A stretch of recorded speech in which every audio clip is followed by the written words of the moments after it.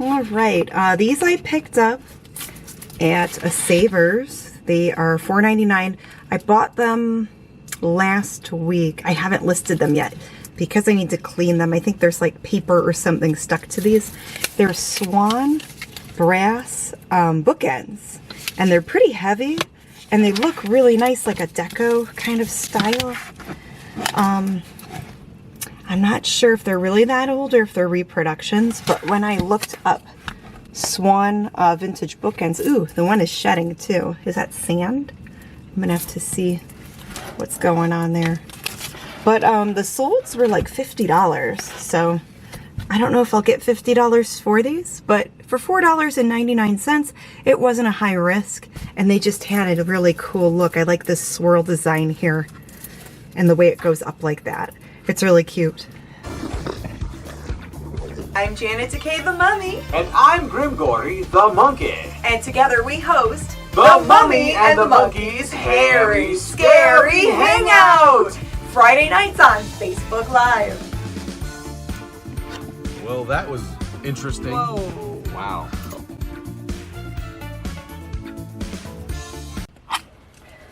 All right, so this has nothing to do with reselling or horror film hosting, but this is something that I think is important. Ladies and men, check your hair products.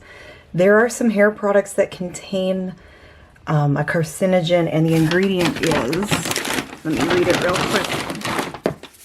The ingredient is DMDM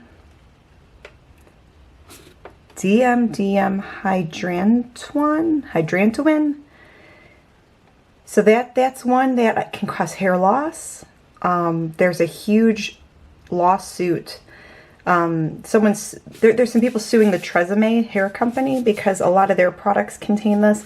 Organics or OGX, they have products with that ingredient.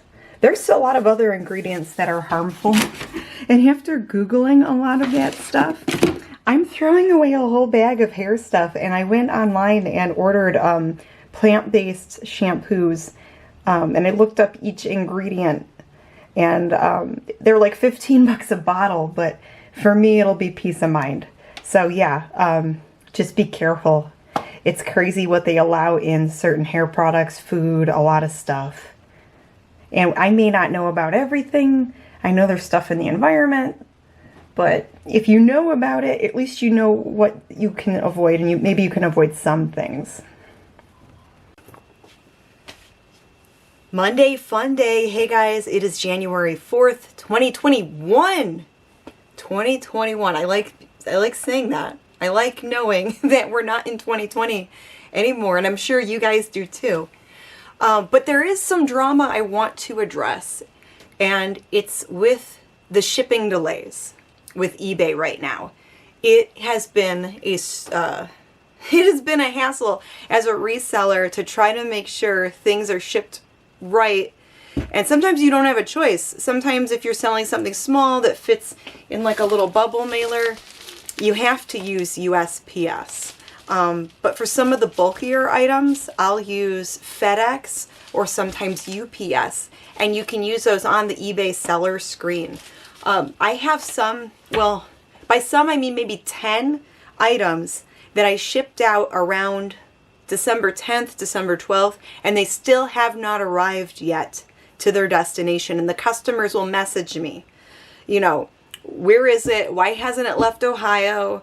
Where's my item? And some people, they'll buy stuff online and they don't really know that they can check the tracking, or they don't understand that there's this giant shipping delay and that it's been in the news everywhere. So you have to, I'll check the tracking and I'll say, look, it's at this facility. This was the last time it was scanned. It is on the way. Please be patient. There is a slowdown of the mail nationwide. It's not just you. A lot of people are going through the same thing. And I'll check the tracking, and you know, we'll just, you know, try to be patient, and in hopes that they don't act irate and want a refund. So far I've had 2 people demand a refund, and they opened a case, and I had to re-upload the tracking the tracking number. Even though eBay already had the tracking, they wanted the tracking info again. So I went ahead and did that, and I even contacted, there's a way to contact eBay if you're a seller called eBay for Business, and they're on Facebook. So I messaged them all my info, regarding the cases with the tracking. And they said, okay, well, we'll give it 10 more days. That's what eBay's doing right now. They're doing like these 10-day extensions. So if something doesn't arrive on time, or if it's late showing up, they'll give you an extension in hopes that the Postal Service will scan these items and get them to go where they need to go. I can't hand deliver each item. I'm not going to drive across the country to deliver things. So it's frustrating for a seller, and it's frustrating for a buyer too. I mean, there's stuff that I ordered as Christmas gifts like 2 weeks ago, 3 weeks ago, that I have no idea where they are. It says it's on its way, but it's like, it's out there somewhere. Maybe one day it'll show up. So it is frustrating. So for any buyers out there, the people that are shopping online, please be patient. The sellers are trying. We're checking the tracking. A lot of times the items may be insured. So worst case scenario, if something does legit get lost in the mail, you might be able to do a claim on it and get some money back. And then that way the seller could like refund the buyer. But I have not had much luck with USPS shipping claims. I've had to do a few FedEx claims, and they were good. They gave me my money back because they broke a few things. And I refunded the buyer, but then I had to go on the FedEx website to process the claim and send them screenshots and photos and everything. With USPS, I did the same thing. I had 2 claims this fall, 2 items that were broken from the US Postal Service. And I sent everything that they asked, and they denied it. I sent in an appeal with the same information. They denied it. So I have not had good luck with filing claims on the USPS site. But if you're an eBay seller, there's a thing called ship cover insurance. And I don't know all the ins and outs on that one, but I was told that you go through eBay. So if an item is damaged, and if you're a seller and you want to refund your buyer and do the right thing, you can contact eBay, and if it's through ship cover insurance, they will handle the claim rather than the Postal Service. So that might give you a better chance at, getting that taken care of. So that's the shipping drama right now, and a lot of resellers are talking about this because it's very frustrating. There's some new resellers that they're like afraid of bad feedback, so they're giving out all these refunds. But meanwhile, okay, let's say you order your tape gun online and it doesn't arrive on time. The buyer complains. The seller feels bad, refunds them. But then a week later, this could still show up in the mail. So then they got this for free, and the seller isn't making anything on it. So that's no good either.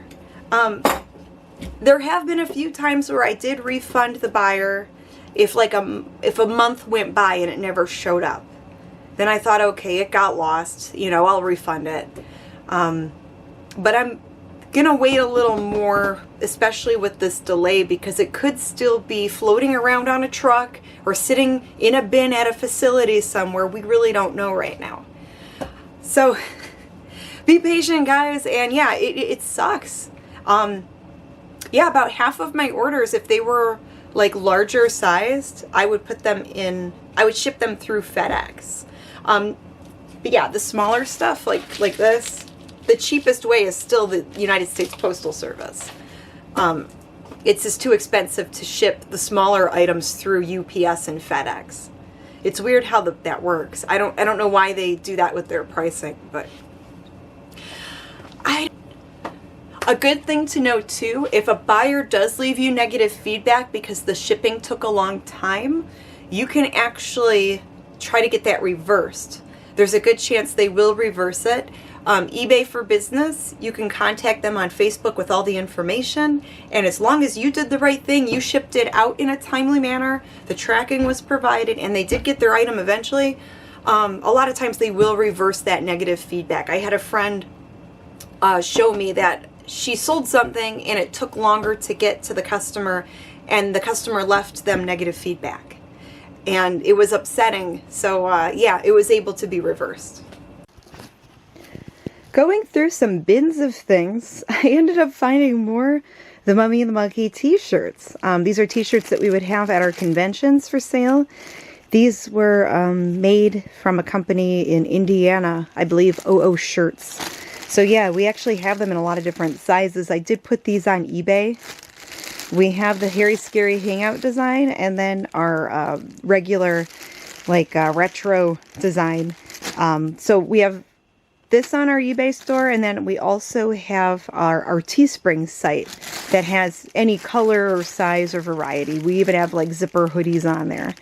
But I just thought that was funny. Like, I didn't think we had a lot of t-shirts left. I thought we were out from the conventions and stuff, and then I find, like, all of these. I'm like, where did this come from? So yeah, when you're home a lot these days with the pandemic, you go through and you clean up house and you find stuff you forgot you had.